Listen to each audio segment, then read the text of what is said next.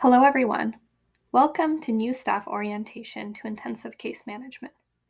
My name is Christina, and I'm the Bilingual Program Coordinator on the CSS National Coordination Team. This training is recorded, but please note that the slides are available for your reference on our learning management system, Moodle. This orientation is divided in 3 parts. First, we'll go over the Client Support Services program. What is CSS, and why was it created? Then, we'll move into the roles and responsibilities of the National Coordination Team. And finally, we'll look at your organization. What are the roles of a CSS partner site, and how will you be delivering intensive case management services directly to vulnerable newcomer clients? Throughout this training, you'll notice that I call CSS staff caseworkers. On the coordination level, we use the term caseworker for any team member that is working directly with newcomer clients when delivering the CSS program. You may have a different title or a particular specialty, but this orientation will still apply and will be useful to you in understanding the context and the impact of the CSS program model within a client's resettlement experience. Let's move into part 1. What is CSS? National GAR Case Management Client Support Services, or CSS for short, is an intensive and systematic case management model that was developed specifically for government-assisted refugees, or GARs, and has expanded to welcome all vulnerable newcomer clients who may have a higher level of need and require a little bit more support during their resettlement experience in Canada. On the right, you can see a very simplified client resettlement journey. When a GAR lands in Canada, they first access RAP services. The Resettlement Assistance Program offers initial and short-term support for 6 to 8 weeks. This includes things like initial accommodations, orientations, referrals, as well as financial support. Prior to the CSS program, the client would then move into the purple category on the far right, which is settlement services. You all probably know settlement services well, since they do so much. Settlement services welcome so many different newcomer clients, so not necessarily just refugees, and they offer supports in terms of information, orientations, interpretation, help filling out forms, and the list goes on. Because settlement services offers support to so many different newcomers, we found that sometimes government-assisted refugees and other high-needs clients were not able to get all of their core settlement needs addressed in the short-term RAP program, and then in the wide array of settlement services. So as you can see, Client Support Services fits right in the middle of RAP and settlement. And we're here to provide that one-on-one, client-centered support to those clients who need a little bit of extra help when settling into their new communities. Clients are part of CSS for 12 to 24 months and then transition to settlement services when they're ready. The CSS model is based on collaboration. The National Coordination Team is based at the YMCA of Greater Toronto, and we're funded by IRCC to coordinate the CSS program nationally and ensure a standardized approach is maintained by all service provider organizations. Our partner organizations, like the one that you work for, are right there in the communities working directly with newcomer clients and providing intensive case management services. Together, we work on increasing community connections in order to promote welcoming communities all across the country. The CSS program began as a pilot project in 2005 between a Toronto-based service provider, Costi, and the YMCA of Greater Toronto. The reason for this was because, like I said, there was a need to provide increased support for clients who have a higher level of need at the start of their settlement journey. In 2002, the Immigration and Refugee Protection Act, or IRPA, was enacted, and GARs were selected based on their need for protection rather than their ability to resettle. This change really prompted the development and implementation of the CSS model. After a successful pilot, CSS became a provincial program and then later expanded to become a national program in 2017-18. Every single year, we're welcoming new CSS partner sites. As of June 2022, we have 23 service provider partners across Canada, and I'm sure by the time you're watching this, there are plenty more. Now that we have a good understanding of the client support services model and why it was created, let's talk about the roles and responsibilities of the National Coordination Team. Our main objectives are to ensure the standardization of service delivery for GARs, so no matter where they land in Canada, they'll get a high level of settlement support and access all the funded services that they need. We also want to support our partners and you as a CSS staff member. We work hard to provide timely and relevant professional development opportunities so that you can continue to learn new skills and enhance existing ones. And finally, we foster a community of practice model amongst all our CSS partners to ensure that best practices, innovative ideas, and solutions are shared across the country. There are 3 roles on the coordination team. We have a program manager who provides implementation support to new CSS partner sites, who oversees national reporting and dissemination of information, and who monitors trends, changing needs, and outcomes on a national level. We also have data or program analysts who are the database experts. Efforts to Outcomes, or ETO, is our shared national database. They can make custom changes, add user accounts, and provide support whenever you have a database question. Our program coordinators deliver new staff trainings, maintain our learning management system, and mentorship initiatives while supporting various committees and working groups. The CSS coordination team has several responsibilities, so let's go through them together. First up is standardization of the CSS program. Every aspect of case management is addressed, such as the code of ethics as a CSS caseworker, best practices, professional development requirements, boundaries with clients, confidentiality, and the list goes on. One way that we provide standardized direction on these topics is through resource development. No matter what topic you're interested in, we likely have a resource, guideline, best practice, document template, or manual to address it. All of our resources are available to you on our learning management system, which is called Moodle. Moodle is the platform that we use to store all CSS internal information.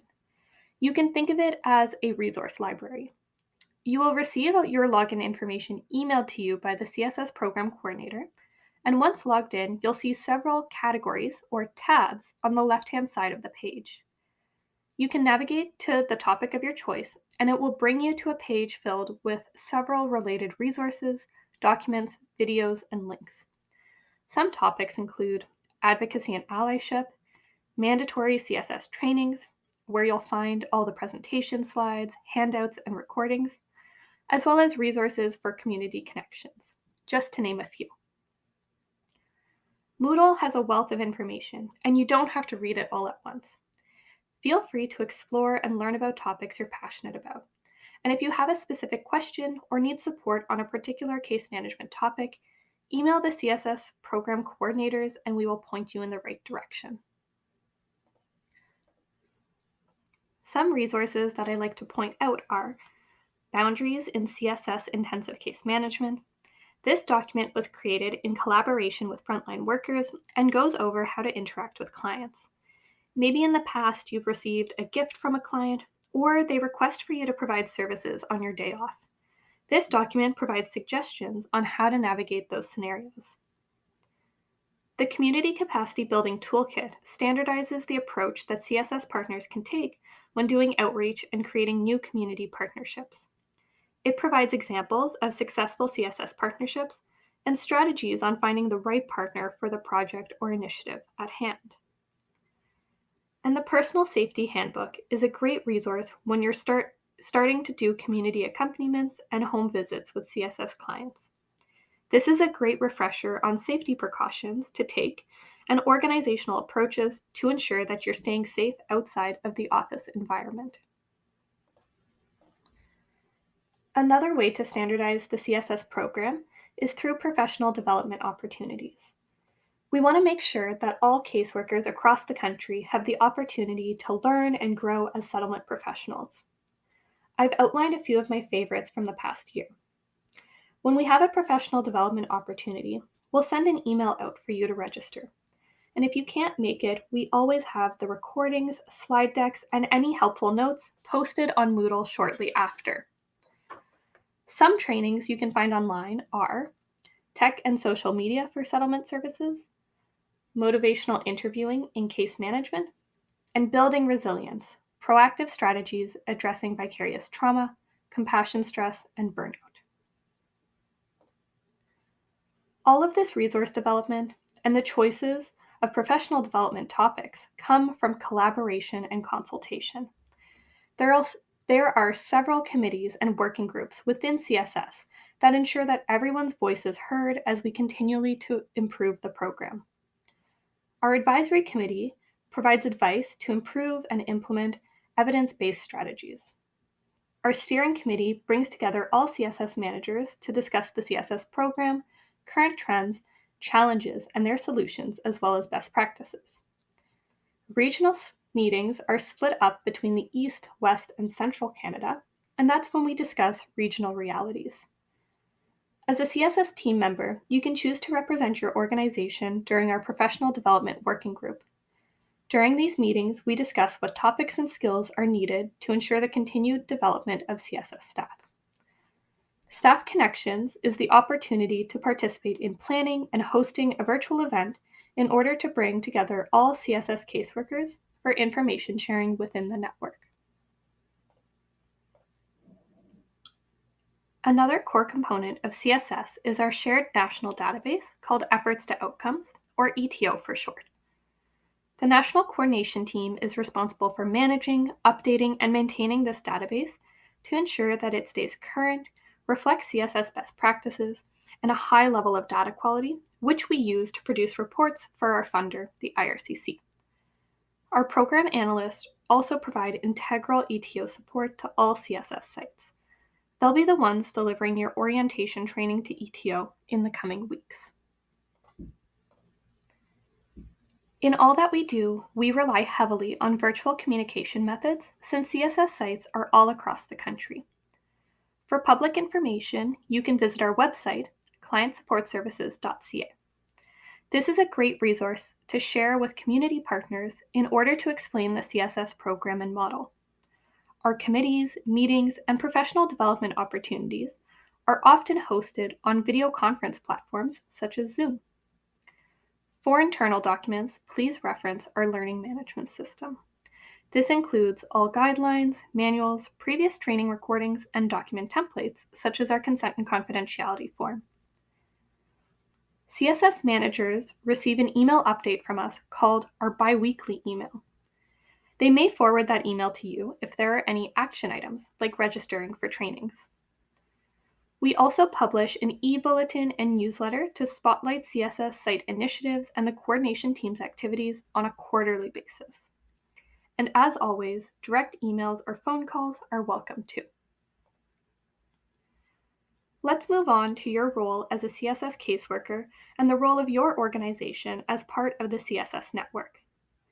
The main goal here is to ensure that clients have access to all the information and services that they need for a positive resettlement experience in Canada. Your organization also wants to support you by providing the tools, resources, and trainings required to effectively provide intensive case management services. Partner organizations participate within the CSS network through committees and working groups, provide intensive case management and CSS programming to newcomer clients, and work towards building regional community connections. As a CSS caseworker, your clients are vulnerable newcomers destined for your particular resettlement community within their first year of arrival in Canada. CSS was created to serve government-assisted refugees, which is our target client, but some CSS sites do serve others based on their funding agreements and capacity. You'll be providing clients with intensive case management services for their first 12 to 24 months in Canada. We provide a flexible timeframe for the CSS program because we understand that every client comes to us with a different level of need. If you feel your client is not ready to transition to settlement services once they're at month 24 in the program, please speak to your supervisor. Now let's talk about why I keep calling it intensive case management instead of simply case management. Intensive case management, or ICM for short, is unique to the CSS program. ICM puts a focus on one-on-one interactions between the CSS caseworker and the client. Throughout the duration of the program, a strong professional rapport is developed, which facilitates service delivery. ICM also puts a focus on providing services in the community. By doing home visits and community accompaniments, clients are able to build natural community connections where they actually live, instead of receiving support in an office setting. And finally, ICM does evaluations more frequently. While the client is enrolled in CSS, we do an evaluation called the CSS Needs Assessment Matrix, or NAM, every 4 months. This provides a wealth of data to understand the progress of clients in their resettlement journey. Here you can see the CSS casework flow. I'm going to walk you through the general steps you'll be taking as you intake your first CSS client. Intaking clients marks the beginning of their journey with CSS. Depending on if your organization provides the Resettlement Assistance Program, or RAP, in-house, the intake process may look slightly different.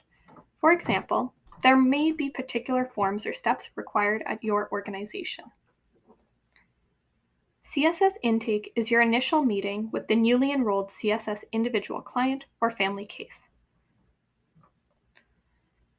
This is your time to gather some initial demographic information and go over 2 required CSS forms. The consent and confidentiality form explains what client information is being collected and caseworker confidentiality limitations. It ensures that we are able to document the client's activities in CSS and that they consent to their information being shared for referrals that they request. The client charter is another form that outlines the roles and responsibilities of the CSS caseworker and the CSS client. This document helps clients to understand what they can expect from the CSS program. Both of these required forms are available in several different languages on our learning management system. A CSS intake is incredibly important because this is the beginning of establishing a trusting working relationship. After intake, you'll want to conduct the client's first assessment, or A1. CSS evaluations are done directly on ETO, and we have a standardized assessment format called the Needs Assessment Matrix, or NAM for short. The NAM goes over 8 different factors of client settlement, which you can see on the screen. Questions within each section are designed to determine the client's level of need and level of autonomy in each factor. The initial assessment will help to inform the development of the client's settlement plan. Before jumping into your first client assessment, you may want to familiarize yourself with the NAM. We have created a resource called the NAM Appendix that goes over every single question in the NAM and explains the context and possible responses. It's important to note that the NAM asks sensitive questions concerning mental health and disability. Clients may not feel comfortable answering those questions, especially early on in the CSS program when they're just getting to know you as a caseworker. You may find that their level of need score increases in future assessments because they're willing to open up more about certain sensitive topics. It's also understood and welcome for you to reword NAM questions because we understand that in some languages and cultures, there are not direct translations for certain things. It's helpful to understand how the database scores a client's level of need based on their NAM responses. Let's take this example from the NAM. You would ask your client, do you know how to use public transportation, like buses? A response of no means that the client cannot independently navigate public transit to go to an appointment or to get to a grocery store. This gets a score of 3. It's a high level of need because using public transport is an integral part of day-to-day life. If they reply somewhat, this refers to a client who can get on the bus and get off at the right stop, but may need assistance when researching their bus route in advance. And if the client says yes, they can comfortably navigate public transport independently with no assistance, This gives them a score of 1 because it's not something that we need to address or support in. As I mentioned earlier, the NAM is done every 4 months while the client is enrolled in the CSS program. After each assessment, it's recommended that you look at and update the client settlement plan, which we'll talk about next. When you feel the client is ready to exit the CSS program, during their last assessment, you'll do an additional section called the exit interview. It's fairly short and asks the client their main settlement successes and challenges during CSS, as well as if they are set up with a settlement worker. After the client's first assessment, you'll collaborate with them to create their settlement plan. This is their roadmap to resettlement during their first 12 to 24 months in Canada and is entirely based on their personal goals and values. After each future assessment, you can check back in on the settlement plan and make any required changes or updates. Preparing a settlement plan is one of the most important steps in the CSS program. The settlement plan is the framework of all the steps that need to be taken to help and support the settlement of a vulnerable newcomer in their new community. The first step is to analyze and list the client's strengths or assets. And these can be so many different things. It can be a personality trait like determination and patience, or it can be education or experiences. The list goes on. Talk to your client and see what they are proud of, what they're good at, and if they have a hard time thinking of their strengths, you can ask them how a friend would describe them. Once you have a list of their strengths, you'll move on to the client's needs. Sometimes, when clients describe a need, it may sound more like a challenge. So it's our job as a CSS caseworker to reframe that challenge or struggle into a need or a goal that we can address during CSS. For example, the client may say, "I can't find a job. I'm stuck being unemployed." So we should validate their feelings, but we can reframe this into a goal that we can help them achieve. On the settlement plan, you would write, "The client wants to learn the steps and tools that will help them find a job." We want clients to gain confidence in their ability to achieve their settlement goals, which will lead to empowerment and independence. After establishing immediate and intermediate goals, work with the client to set up realistic action items for each goal. That may be things like enrolling in Link, attending a resume building workshop, or finding a volunteer position to gain some Canadian work experience. The settlement plan is intended to be client-centered. It's all about what they want to achieve during their settlement journey. It's a living document, which means it can change to reflect the client's vision for their future. And finally, we want to keep it realistic, especially in terms of timeframes. Sometimes it can be very frustrating because goals take time. For example, there might be a waitlist to enroll in certain classes. It's important to communicate realistic timeframes with clients so that they understand that some goals may take a little bit longer to achieve. At this point, we move to continued services in the CSS program, which is pretty vague. But the services you'll provide are personalized for each client and are based on their settlement plan and level of need. These include things like follow-ups over the phone or during home visits. It may include community accompaniments. Maybe you'll help a newcomer family enroll their kids at the local school. And oftentimes, it will include referrals to community programs or maybe medical practitioners. Like I said, all of these activities will be determined by the client's goals and needs. And throughout all of these services we provide, we'll be documenting and case noting. Documentation provides a record of your planning as a CSS caseworker and the client's progress. Caseworkers are required to make and keep records of all clients and to ensure that documentation is current, accurate, relevant, and confidential. We have an entire training dedicated to case noting and file documentation standards, so please contact us if you or your team are interested. We use documentation to help make decisions, For example, knowing when the client is ready to exit CSS and transition to settlement services. We also use documentation to show accountability to our client, to our organization, and to the funder. And sometimes documentation can serve as a legal record if required. As we near the end of this training, I want to emphasize the CSS approach. We believe that change happens from a position of strength, and that clients are often confronted by changes that they may or may not have chosen. We want to work collaboratively with our clients to help them recognize their strengths, their assets, and their personal power.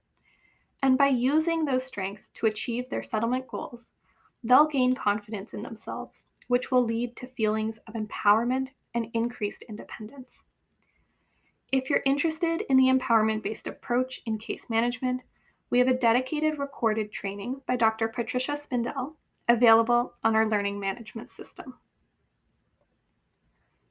For more information, you can check out our website, which is oriented to the public, or for internal CSS documents, please log in to Moodle. In terms of next steps, you can complete a short evaluation to let me know if this orientation was useful today. The link for the survey will be in the description box below. Soon, you'll also receive an invitation for Efforts to Outcomes database training.